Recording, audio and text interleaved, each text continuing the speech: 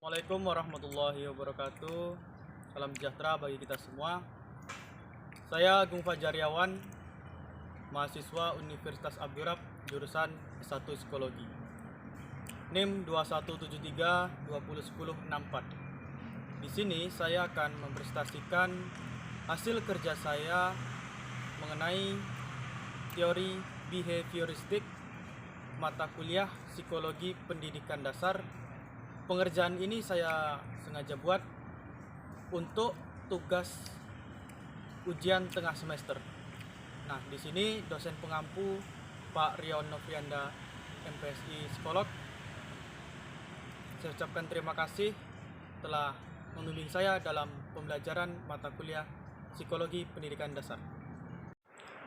Yang pertama yaitu pengertian teori behavioristik. Teori belajar behavioristik adalah teori belajar yang mengedepankan perubahan perilaku peserta didik sebagai hasil proses pembelajaran. Terjadinya perubahan tingkah laku diakibatkan oleh adanya interaksi stimulus atau rangsangan dan respon atau tanggapan. Teori belajar ini berorientasi pada perilaku yang lebih baik. Nah, jadi teori behavioristik ini akan terjadi apabila ada yang namanya stimulus atau rangsangan kepada objek untuk mendapatkan respon atau tanggapan. Selanjutnya ada ciri-ciri teori behavioristik. Yang pertama itu mengutamakan pengaruh lingkungan. Yang kedua, hasil belajar fokus pada terbentuknya perilaku yang diinginkan. Yang ketiga, mementingkan pembentukan reaksi atau respon. Nah, suatu teori behavioristik dapat dikatakan apabila respon itu ada dari sebuah rangsangan. Dari sebuah rangsangan itu terdapat respon atau reaksi, maka bisa kita katakan yang namanya teori behavioristik. Begitu. Yang keempat itu ada bersifat mekanistis atau dilakukan dengan mekanis tertentu. Yang kelima, menganggap latihan itu adalah hal yang penting dalam proses pembelajaran. Selanjutnya ada hukum teori belajar behavioristik. Yang pertama itu ada hukum kesiapan. Nah, bagaimana teori behavioristik itu dapat tercipta? Yang pertama itu ada yang namanya hukum kesiapan. Hukum kesiapan itu adalah hukum yang berarti bahwa kegiatan pembelajaran akan memberikan hasil yang diinginkan jika ada kesiapan yang baik, kesiapan yang benar-benar sudah disiapkan oleh pengajar, pendidik maupun peserta didik. Begitu. Selanjutnya yang kedua ada hukum latihan. Hukum latihan ini memiliki arti bahwa semakin banyak latihan, semakin besar peluang untuk berhasil. Artinya, kegiatan pembelajaran akan berhasil jika peserta didik dibiasakan untuk latihan secara kontinu dan juga terukur. Begitu. Selanjutnya yang ketiga itu ada hukum efek. Hukum efek itu berarti bahwa efek yang dirasakan oleh peserta didik setelah belajar akan memotivasi dirinya untuk terus belajar. Contohnya seorang peserta didik mendapatkan hadiah berupa buku paket matematika misalnya karena berhasil mendapatkan nilai sempurna di ujian tulis matematika begitu.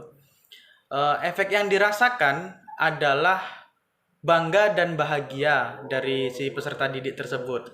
Efek itu diharapkan bisa memotivasi peserta didik tersebut untuk terus belajar, supaya lebih rajin belajar, lebih bisa terampil. Artinya efek ini sangat benar-benar menjadikan efek positif bagi peserta didik begitu. Nah, yang terakhir itu ada hukum sikap. Berarti sikap yang terbentuk setelah melakukan pembelajaran. Nah, perubahan sikap dipengaruhi oleh hal-hal yang ia dapatkan selama kegiatan pembelajaran berlangsung. Selanjutnya itu ada tokoh-tokoh teori belajar behavioristik ya. Yang pertama ada koneksivisme,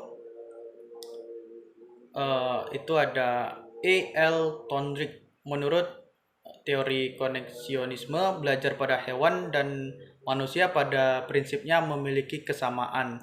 Pada dasarnya terjadi belajar adalah pembentukan asosiasi atau bond connecting antara kesan panca indera atau sense impression dengan kecenderungan untuk bertindak atau impulse to action.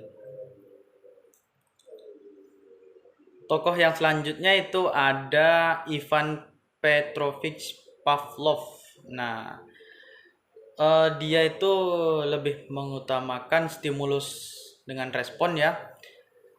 Dia telah melakukan sebuah uji begitu. Kajiannya tuh seperti ini. Respon mengeluarkan air liur inilah yang disebut respon alamiah dari sistem digestif. Tidak dibutuhkan pembelajaran untuk memunculkan respon ini. Pavlov menyebutnya dengan respon tak terkondisi, sedangkan meneteskan air liur pada saat menerima makanan yang disebut dengan refleks terkondisi. Dia melakukan pengujian ini dengan hewan anjing gitu. Nah, yang ketiga itu ada operant conditioning dari B.F. Skinner ya, itu tokohnya.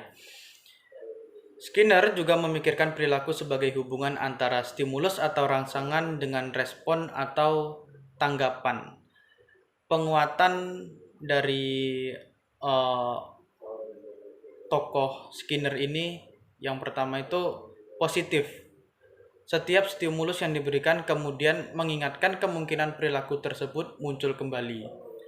Dan yang negatif, menghilangkan suatu stimulus yang tidak disukai dan akan mengurangi perilaku tersebut muncul kembali. Teori behavioristik juga memiliki kelebihan. Yang pertama, kelebihannya itu peserta didik dibiasakan untuk latihan dan praktek yang di dalamnya memuat unsur kecepatan, spontanitas, kelenturan, refleks, dan daya tahan.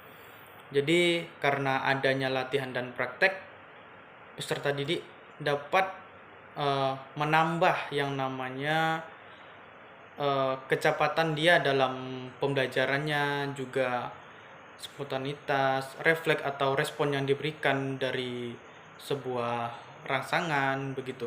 Selanjutnya ada mampu mendorong peserta didik untuk berpikir linier dan konvergen.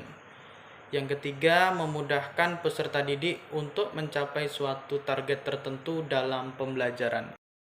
Kekurangannya, teori behavioristik ini membatasi kreativitas, produktivitas, dan imajinasi peserta didik. Pembelajaran hanya berpusat pada guru, sehingga peserta didik terkesan pasif. Berpotensi menimbulkan hukuman verbal dan fisik. Artinya ya, kalau di sini peserta didik itu mendapatkan hukuman verbal dan fisik, nantinya akan terdapat respon kepada peserta didik, entah peserta didik itu trauma atau bahkan takut untuk mempelajari teori mendapatkan materi dari si pendidik begitu. Selanjutnya, timbul kesulitan untuk menjelaskan kondisi belajar yang kompleks karena hanya beracuan pada stimulus dan respon. Hal ini juga sangat berpengaruh ya kepada peserta didik. Jadi kalau yang biasanya peserta didik itu mendapatkan respon atau tanggapan karena adanya rangsangan. Sementara ini tidak ada rangsangan, makanya peserta didik tidak merespon atau menanggapi suatu rangsangan yang tidak diberikan oleh si pendidik. Itu juga menjadi kekurangan teori behavioristik. Selanjutnya ada contoh penerapan untuk teori behavioristik. Yang pertama ada contoh positif. Contoh positif ini peserta didik apabila dia mendapatkan nilai bagus, maka si pendidik akan memberikan hadiah berupa buku atau nilai tambahan, juga apresiasi terhadap siswa. Hal ini yang akan menjadikan siswa itu merespon atau menanggapi dengan rasa bahagia, rasa bangga, karena mendapatkan apresiasi atas keberhasilan yang dicapainya. Selanjutnya itu ada contoh penerapan teori behavioristik yang negatif. Yang negatif contohnya peserta didik itu melakukan yang namanya kesalahan. Dari tenaga pendidik atau si pendidik ini melakukan yang namanya hukuman kepada peserta didik, maka peserta didik itu akan menjadi lebih trauma atau agak takut karena tidak diberikannya edukasi kepada si peserta didik. Baiklah, sampai di sini tadi penjelasan mengenai teori behavioristik untuk mata kuliah Psikologi Pendidikan Dasar. Saya ucapkan terima kasih kepada Bapak Rion Novrianda MPSI Psikolog selaku dosen pengampu mata kuliah tersebut.